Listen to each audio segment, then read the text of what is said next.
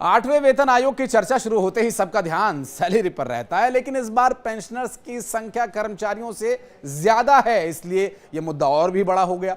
सरकार के pensioners portal के मुताबिक 30 अक्टूबर 2025 तक कुल 68,72,000 पेंशनर्स हैं, जबकि केंद्र सरकार के कर्मचारियों की संख्या करीब 50 लाख है। सरकार ने 8वें वेतन आयोग के टर्म ऑफ रेफरेंस को मंजूरी दे दी है। रिपोर्ट तैयार करने के लिए 18 महीने की समय सीमा को तय किया गया। सुप्रीम कोर्ट के पूर्व जस्टिस रंजना प्रकाश देसाई ने इन्हें चेयरपर्सन नियुक्त किया गया। जब पेंशनर्स अब ये जानना चाहते हैं कि उनकी पेंशन कितनी बढ़ेगी, तो पेंशन की टेंशन आप छोड़ दीजिए, आपको मैं बताता हूं बहुत ही आसान भाषा में। तो चलिए समझते हैं क्या है पूरा कैलकुलेशन। 8वें वेतन आयोग की चर्चा के बीच पेंशनर्स को जो टेंशन है वो ये कि कितना पैसा बढ़ेगा, तो डबल होने की संभावना है। ये खुशखबरी देते हुए इसे और आसान भाषा में विस्तार पूर्वक आपको मैं समझाता हूं। दरअसल सरकार ने आयोग के टर्म ऑफ रेफरेंस को मंजूरी दे दी है, जिसकी अध्यक्षता जस्टिस रंजना प्रकाश देसाई करेंगी। फिटमेंट फैक्टर पेंशन बढ़ाने में एक बहुत ही अहम फैक्टर है। पेंशनर्स की पेंशन, ग्रेच्युटी, पुरानी पेंशन स्कीम की बहाली जैसे मुद्दों पर ध्यान केंद्रित किया जा रहा है। फिटमेंट फैक्टर बढ़ाने से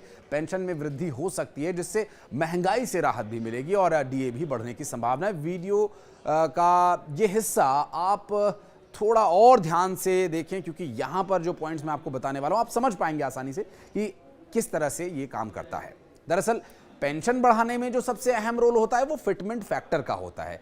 ये एक मल्टीप्लायर है, गुणांक है, जिसमें पुराने बेसिक वेतन का जो बेसिक पेंशन है उसे नए वेतन में बदला जाता है। 7वें वेतन आयोग में फिटमेंट फैक्टर 2.57 था, और अब अगर किसी की पुरानी बेसिक सैलरी फर्ज कीजिए 10,000 रुपए, तो नई सैलरी 10,000 गुणे 2.57, यानी उसमें फिटमेंट जो था वो 2.57 था, तो उसे उतने से गुणा कर दिया जाएगा। तो अब यहां 25,700 हो जाती है वो रकम जो पहले 10,000 हुआ करती थी।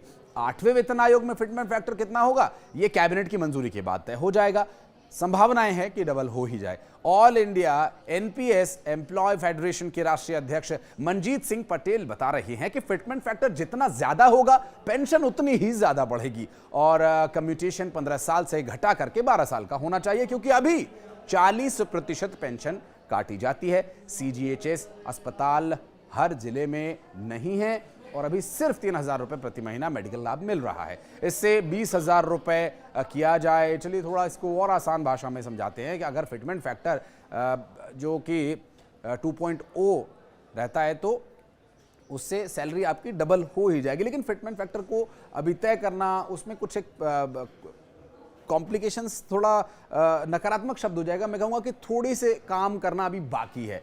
हालांकि ईपीएस आखिरी बेसिक सैलरी पर आधारित नए वेतन मैट्रिक्स को लागू करेगी, और ईपीएस भी बढ़ा जाएगा। फैमिली पेंशन पेंशनर्स की मृत्यु के बाद जो उनके परिवार जो उन पर आश्रित रहते हैं उनका 30% बेसिक बढ़ेगा, तो फैमिली की पेंशन भी बढ़ेगी।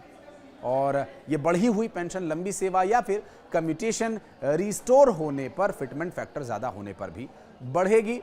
और आप किस कैटेगरी में आते हैं, या आपके मन में इस पेंशन को लेकर के कोई प्रश्न है, तो आप कमेंट सेक्शन में पूछ सकते हैं। और अगर आप चाहते हैं कि इसके लिए किसी एक पर्टिकुलर टॉपिक पर हम कोई वीडियो लेकर आएँ, तो आप कमेंट सेक्शन में अपनी प्रतिक्रिया दर्ज करा सकते हैं। वीडियो को यहाँ तक देखने के लिए बहुत बहुत धन्यवाद।